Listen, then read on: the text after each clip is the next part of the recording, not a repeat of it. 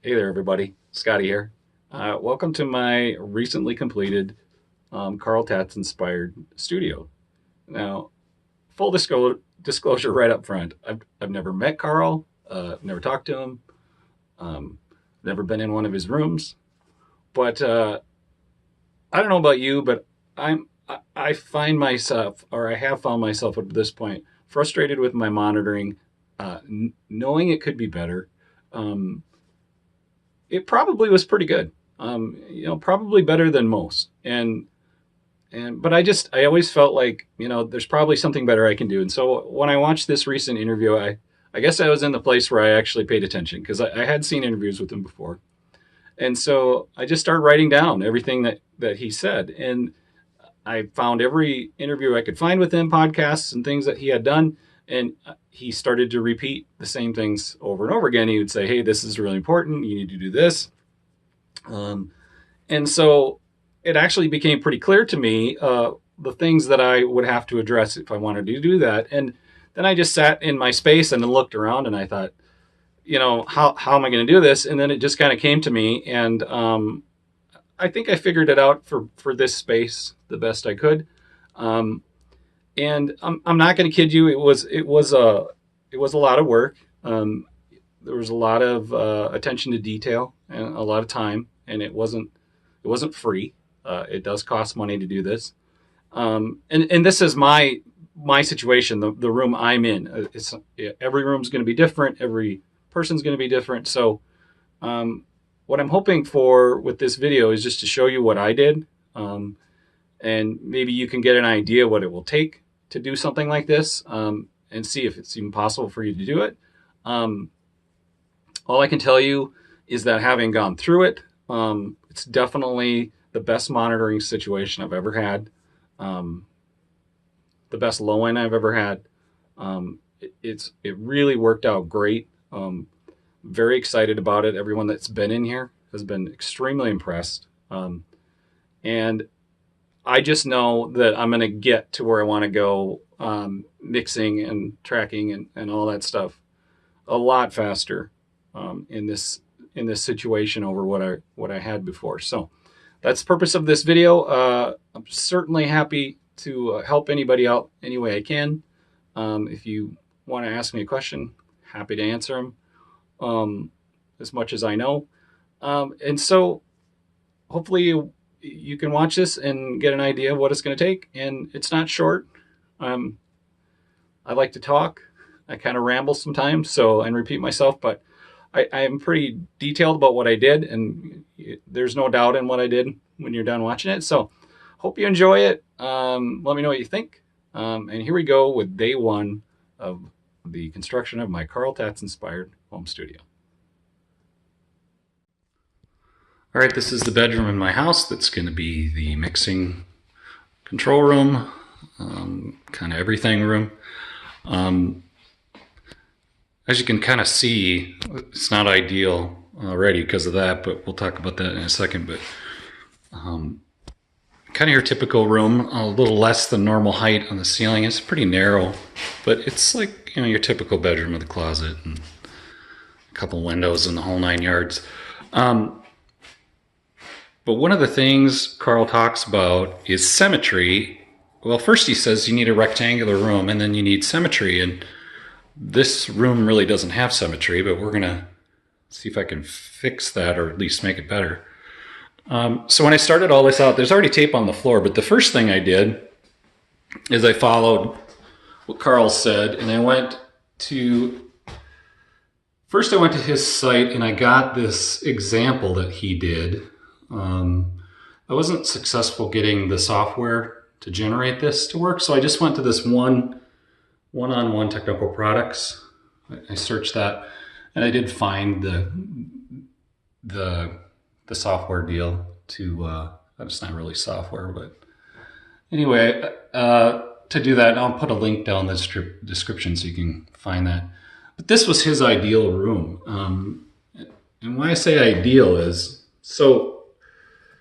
What we're working on right now is this null position ensemble. Essentially, you're placing your monitors and your head inside these nulls. And this room that he used an example, first off, it's got a 9-foot ceiling. Most residential homes it's going to be 8 feet. So that's definitely helping him out on paper here. Width is 15 and 15.9, and the length is 18.6. So this is a pretty good size room for his example. And why I say that is he's got between 56 and 83 inches to maneuver to put your head in the null position. And then there's also 28 inches in this null, put your monitor in. Well, as you can see, you'll see with mine, the smaller the room gets, the smaller this window gets to try and fit it in.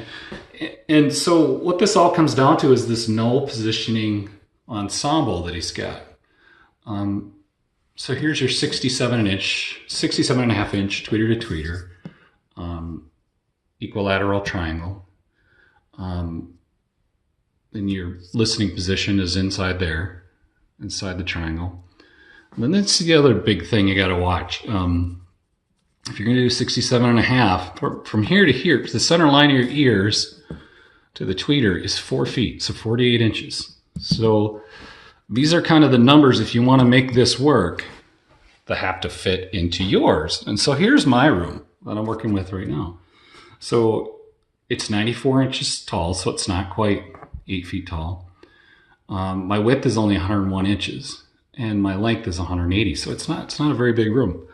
And so on paper, I've got 23 inches of the null that I can move my monitor in. But because I have 48 inches from the tweeter to my ear, it really affects this null position for your head. And so really that determines where this is. So in all reality, as I'm doing it in real life. But see how much smaller my window is here? I've got 45 to 68 inches. You know, it's 23 inches. It's less than 2 feet.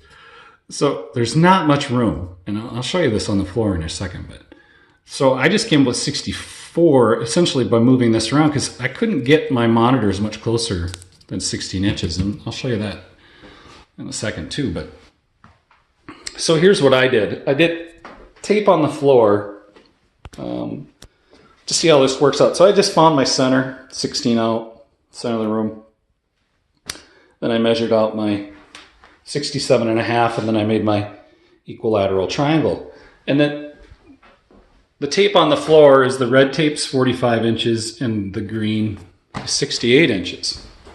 So that gives me my null, which is right here. But as you can see, for my tweeter to 48 inches out, oof, it's getting a little tight. But you know, technically I did make it inside this box. And I'll show you in a second. I'm going to lay the monitors in here and stuff so you can see what I did in the next step I did. But this is the way I decided to do it. I'm kind of a visual person, so I wanted to see how does this actually going to work in my space. But yeah, I think it's going to work. Now let me show you what I did next. Okay, so the next thing I'm doing is I've moved in my console because that's literally the elephant in the room. And I brought in my monitors, and these aren't big monitors. They're only 6-inch focals, so I mean they're not very big. So that's why you need to do this. You need to see, is this going to fit? And then this is something else. You need a 60-degree triangle, and you put that in front of your speakers to get your 30 degrees. You're gonna need something like that. I made one instead of buying one. But anyway, and so the whole idea behind this is I'm physically laying the gear in the room, and then I've got my chair in, and this desk that goes around this. It's got gear racks and a shelf across the front for my keyboard and mouse. I just wanted to see if I have my chair there, does that put my head pretty close? Technically in the null. The green tape is behind the chair, so It's tight, but I believe it's going to work. So the point of all this is my suggestion, having done this, is, put the tape on the floor. Well, first do it in paper. Put tape on the floor, lay your gear and just kind of see, is this all going to fit if you're going to try and attempt this like I am. But I think it's going to work. It's really tight, but we're going to keep plowing ahead with it. So the next thing I'm going to work on is addressing the symmetry in this room, and that's going to be by covering up that window and then doing something about this angle, duplicating it on the other side. So that is what I will do next. Okay, back at it. Today we're going to tackle trying to make this room more symmetrical. So I took some time and I went to my shop and I built these panels, and this is the back side so you can just see how they're made. And what I used is this 1/8 inch masonite. If you don't know what masonite is, it's kind of like really hard cardboard. It's kind of made from wood byproducts. But anyway, then I ripped some 3/4 inch by 2 inch for the perimeter.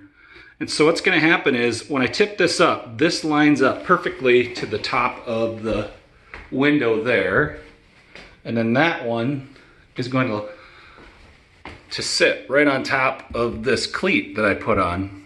And I put a piece of painter's tape up here and I marked off all my studs because I want to make sure, this is going to be with the monitor on it and everything, it's going to be a pretty good amount of weight. So I wanted to make sure that was anchored really well. So yeah, and then this is what's going to go on the panel. If you look at a lot of Carl's rooms, he likes to put stone on the panels behind the monitors. And obviously I'm not going to do that here because this is a bedroom that needs to be able to be turned back into it. But I want to use this again if I move my studio. So that's kind of why I built it this way. This can be easily, with a couple of cleats attached to a different wall. So I did it out of wood. So what I'm going to do is, these are all numbered and they're not in order right now, but I'm going to lay those down, then put this on top of it, and then I'm just going to screw through the 1x and then down the center. So in 3 spots on each board. And that's going to anchor the boards without any fasteners showing on the front.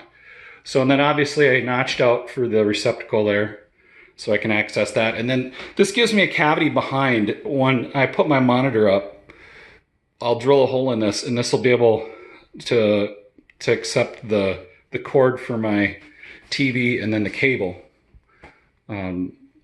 the HDMI to DVI cable that's gonna run the monitor. So it should be a pretty clean setup. And then I have a recess all the way around, which will be pretty cool.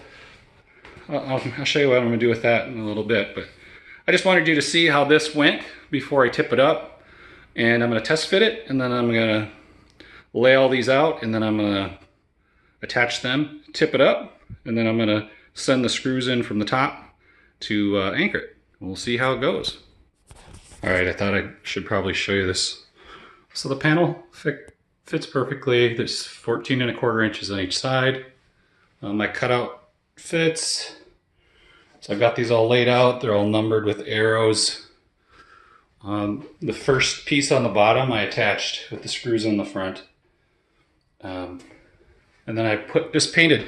When I laid this out, I put a mark where the seam was for all the different pieces, and just to throw a little black paint back there. So if there is a crack, it's not as obvious because this is wood, so it's not gonna be perfect. But so now I'll tip that down.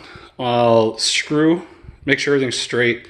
Screw all the boards from the back side, and then I'll tip it up and send the screws from the top, and hopefully this might actually work. All right, there it is. I can say I'm genuinely pleased with that. So I've got it perfectly centered. It ended up being 15¼ inches on each side. And look, my heat register, the air conditioning as well, comes out of that. So we want that open, which it is. I've got complete access to the receptacle. And then you can look back there. I've got plenty of space behind this to run wires, so I don't have anything out front. Then I even have this little recess back here so we can put something. As you can see, it got pretty dark, and I thought about that, and I was like, I think I need some lights. So you can kind of guess what that space is for back there. I think it should look pretty dang cool when I'm done. So yeah, that's one way to deal with it. Is it ideal covering up a window? Probably not. Would it be better if I didn't have that? You bet. But maybe this is a way to do it. Put, you know, a panel on your wall like this. Only a few screws on the wall that can be taken back out, patched, and painted. I don't know. That's what I ended up doing. I'm really genuinely happy with that. All right, so the next thing we're going to work on is the symmetry again. I'll show you what I'm going to do there. All right, time to tackle this part of the project. So I had a bunch of these panels. They're 2-inch foam. This is going to be pretty easy. They just happen to fit like perfectly up here. So and then the way I'm going to attach those is this command adhesive stuff. It's like Velcro. So you stick it on the foam, and then you can see it locks together. And you put 4 pieces of foam on, or 4 pieces of that command adhesive on those, and they'll stay no problem. But obviously I got to do something with here. So what I did is I measured up. This was 85 inches. So I put that line there.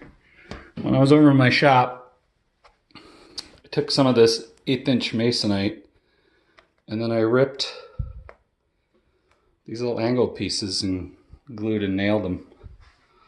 And check this out. So this is going to go up just like that. Pretty nifty, huh? So I'll just get it positioned 85 inches. I'll use the same commanded adhesive Velcro stuff, and it should duplicate the other wall exactly. And I got enough to do 12 feet on each side, so almost the entire room. So I'm gonna get started on that, and I'll let you see the last one that I put in so you know how I do it. All right, let me show you what I've been doing here. So when I had a bunch of ceiling panels that I've been holding up. This is one of the back sides of one. They were black, but so this big panel was held up by 7 of these over a year, so I'm pretty confident these are going to work. So when you pull the adhesive off, you get these left over. I saved them, and I'm just gluing them with hot glue to the wood. And if you've ever glued anything with hot glue to wood, it doesn't come off. And then you take the other half of the, and you get it on there, pull the backing off, and I just went up there and I alternated them just because I thought if I made them all the same, it would be obvious they weren't perfectly straight or something. But so there you go. That was actually easier than I thought it was going to be. That's how I did it. All right, so this is how I'm attaching these. So I'm just using 6, and you press them together, and then you stick one side to the foam, and then you peel that adhesive backing off, and you just stick them up there. In retrospect, I probably should have mounted these to masonite panels. It would have made them a little bit straighter. I mean, they look fine, but I would have made them a little straighter, and then it would only taken 4 to put them up there instead of 6. But either way, I think it turned out pretty good. And here is the completed other side. Man, I think that turned out good. And then the mailman showed up, and I couldn't resist. Here's the big reveal.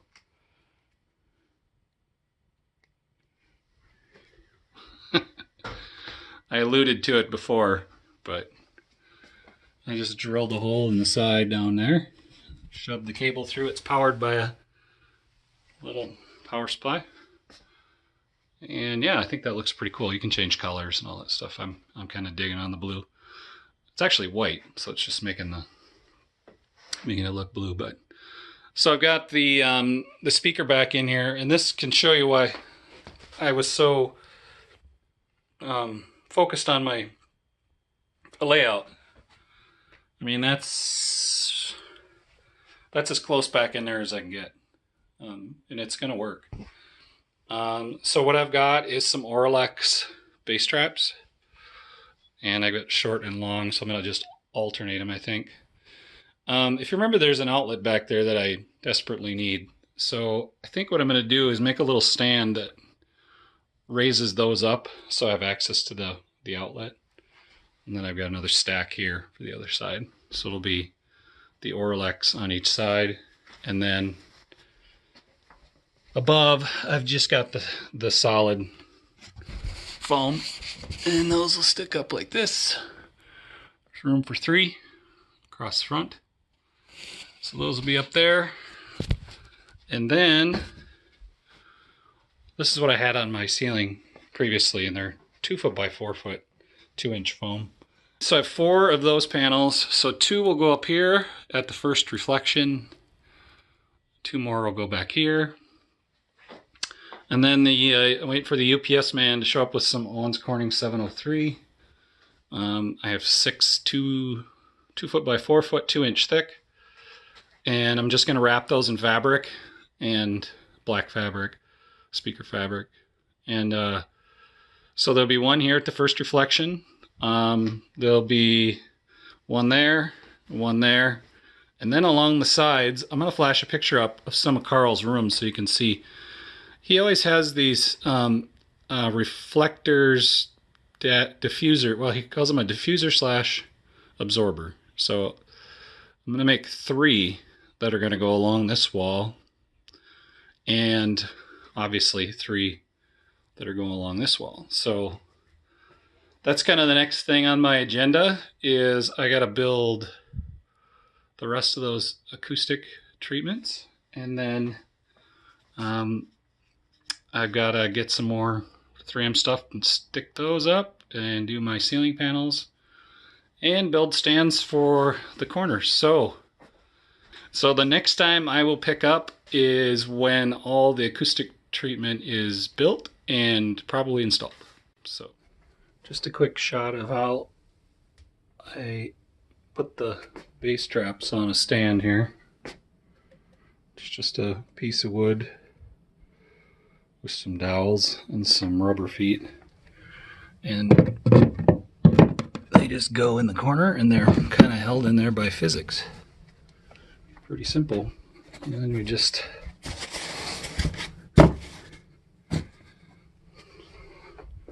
stack them up like that. It worked pretty good. Okay, it's been a few days. Give you kind of an update on where I'm at. So I did get my clouds up. Then I made a little foam piece and wrapped it in some speaker fabric to plug the end of that. You gotta see how these turned out.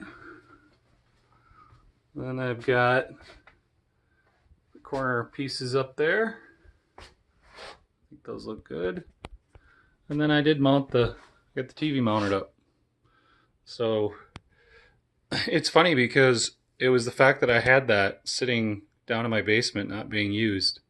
That was kind of the thing that put me over the edge to do all this, is because it was like a $20 bracket off Amazon.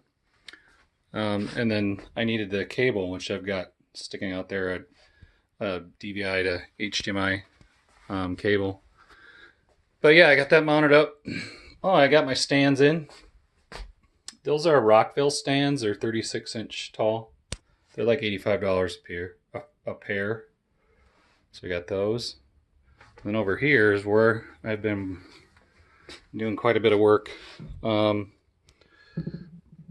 These are, if you ever look at pictures of Carl's rooms, he always has these series of diffusers, absorbers running down each side.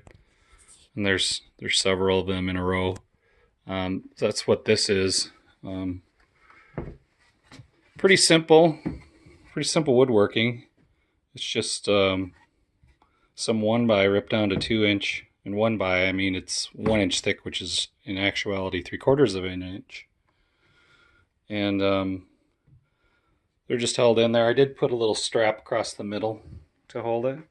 And then The Owens Corning 703 is covered in speaker fabric, and then it's just pushed through from the backside.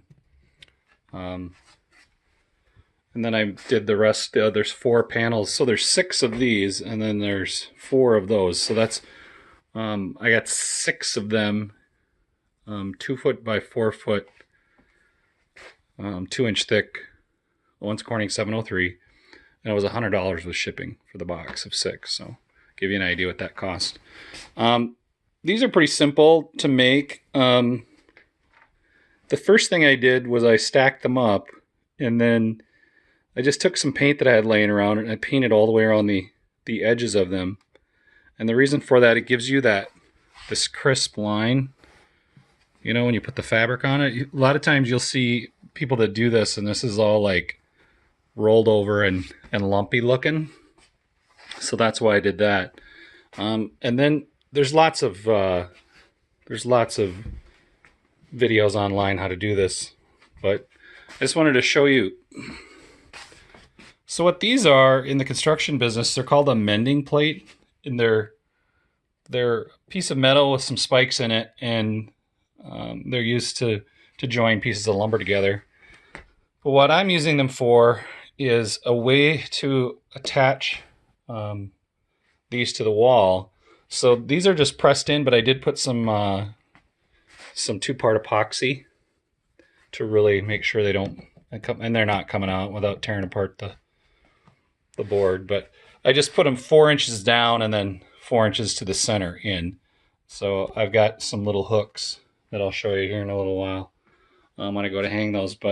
And then the other thing, my advice is to dust these with some black spray paint, the fiberglass. If you don't do it, it's pretty bright yellow and it can show through the speaker fabric. So just to go around all the edges and just dust it with some black spray paint, not a lot. So the next thing I'm doing is, you can see all the tape on the wall. So I did load everything in here, kind of temporary, put the chair and all that stuff, and then I moved a mirror across the wall. And there were 2 spots I saw the speakers right in there. So that falls within what that first reflection point is going to be. So since these are 4 foot tall acoustic treatments, I'm going to put 48 inches, which is my ear level, as the center. So I'll be 6 feet at the top. And then I've got just some measurements along the side to figure out these 8-inch wide diffuser. There'll be 3 on each side that'll go down, so I'll have to do the same marks on the other side. Okay, getting back to how I'm going to hang these, I grabbed the box. These are called monkey hooks, which is kind of a goofy name, but they're kind of neat. It's just a piece of wire like that, and what you do is you poke it through the drywall, and then inside the wall this curls up and it puts tension on the back side of the sheetrock, and it leaves this little hook. It leaves this little hook, which is going to grab right there on the mending plate. So, and it'll even give it a little downward tilt. So on the wall it'll be 2 of those, and I have some room to, but I can get pretty precise and know, 4 inches down, 4 inches in from where this panel's supposed to be. I'm going to pop one of these hooks through the wall. And so that is how I'm going to hang these. And then the same thing here with these, but instead, what it's going to be is it's going to hook right here on the wood. So this will be sticking out and it'll hang on there. So not too complicated. And I don't know if I said this, but these are 8 inches wide. So I had 2 24-inch panels. So that was how I was able to make 6 total of these. And then I stained and polyurethane, satin polyurethane to match. Yeah, you got to make it all matchy-matchy. All right, so the next thing I'm going to do is I'm going to lay out both walls and then start putting some hooks up. So here's what I did. I just took a piece of tape, blue painter's tape, and I just ran it so it's six feet, and then I measured down. I measured over 4 and 4, and I ended up hitting studs in the wall perfectly, so I just used a regular nail here. And then I just figured out my spacing for these, and then these little hooks hold them up. So it's pretty simple, actually. It's not that hard. Did the same thing over here. You can see I got one up, and then I'll do the other 3. Wow, what a difference, huh? I don't know about you, but I'm thinking that's looking like a Carl Tatz inspired room. Put one full panel there, just centered it. And then on this side, if I were to try and make it symmetrical, it would actually cover that switch. So I think just evenly spacing it is fine. And from what I understand, the mixing position is, and on each side of it is critical. And Carl says he just likes to kill backs of rooms. He said he'd rather just absorb it than diffuse it. So I'm not going to get too concerned about the back of the room. I think the next step is going to be monitor placement, because when this desk is together, which you'll see, there's only about 10 inches on each side, which is probably just enough to get around if I need to, but I don't want to be adjusting monitors that way. And just before I do that, just so you can see, the monitors are going to be decoupled with this stuff. It's actually a liner for drawers in like a mechanic's toolbox, so your wrenches don't slide around. You see this in LA. They have sheets of it, because they move a lot of monitors around from studio to studio depending on what producers like. So that's what they use, and it's good enough for them. It's good enough for me. So yeah, I'm going to get this out of the way, and then we will start laying out monitors. Well, it certainly takes a fair amount of measuring, but I did the trick that he suggests, and I used console tape, and then I got a 60-degree. I can't really do this let me see if I can do it. So you lay this on the front, and you're looking for, as perfect as you can get it. So that gets you your 60-degree angle. And then the sub just gets pointed at the wall and centered. That was pretty simple, and then 67.5. And here's a little top tip. When you're measuring, don't measure from your tweeter. Measure from like this. It's got a little lighted emblem on the front. Measure from those. The magnets in these are extremely strong, and if you're putting your tape measure, your metal tape up onto that thing, it's gonna suck it right to the tweeter. So that would be my suggestion, is do not use that part to measure. All right, I've been back at it today, getting this desk put back together, and it takes up some room. There's no doubt about it. I knew that going in. I do have about 11.25 inches on each side, which is exactly what I had accounted for. Let me switch the lens here to, okay. One thing I did not account for, which I did run into, is, ideally I'd like to move this thing about 2 inches more towards the wall. But I did run into the base of the speaker stand on each side. Let me switch back. So, that's just what happens when you do something like this. But, at this point, I need my studio back. I literally have clients coming in 2 days. So, it's kind of at the end. It takes longer and costs more than you plan. That's kind of the way it goes with everything. But, it's exactly what I was hoping for. So, pretty excited about that. So, just to give you an idea, I do have full access underneath this thing That's how I'm gonna connect everything up, and then just give you an idea what it's like to sit here. I ended up with the tweeters 48 inches off the ground, which is ideal. That's where my head sits. Just give you an idea, there are giant sections of these. Let me switch back to this lens and see if you can see. If you can see through the sides, there's speaker fabric, and there's cutouts on each side of the desk, so I'm trying to minimize its impact on the room. I've said it before, all this gear is going to be moved someday into, fingers crossed, into a larger space. As soon as I get too busy to keep doing this at home. So everything is done with an eye towards the future. I'm a big believer in that.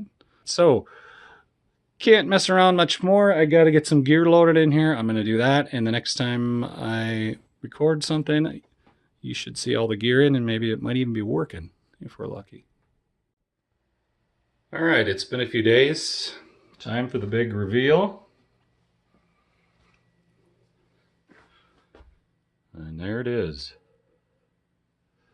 I have to say it turned out probably a lot better than I thought.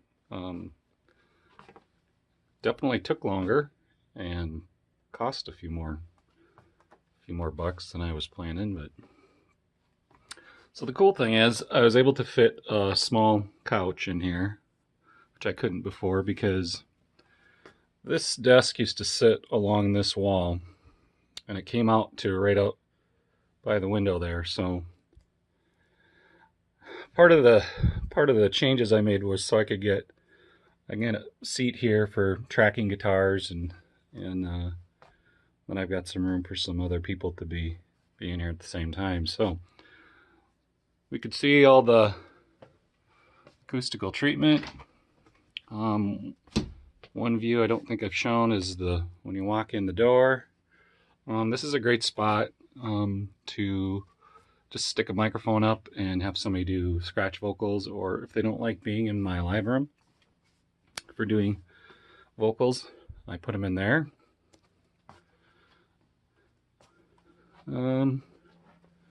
What else can I show you? I added these LED lights. Hard to see with the camera right now. They're like little sconces with a cord. It got a little dark at this end at night, so I put that in there. I did tune the room with SonarWorks. You can see the mark on the floor is the equilateral triangle. So as you can see, it's pretty much what I planned.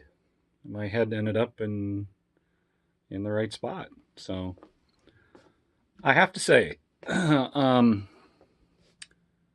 sound is pretty amazing. When your head is right here, the speakers disappear and the vocal just floats at the screen. Pretty amazing. I'm sure it's not as good as like a Phantom Focus or a Carl Tatz room, but I have to tell you, I've been working on this, my monitoring for years now, and it has never ever it has never sounded this good. So, but I'm sure there's gonna be questions, so I'll just show you my workflow here.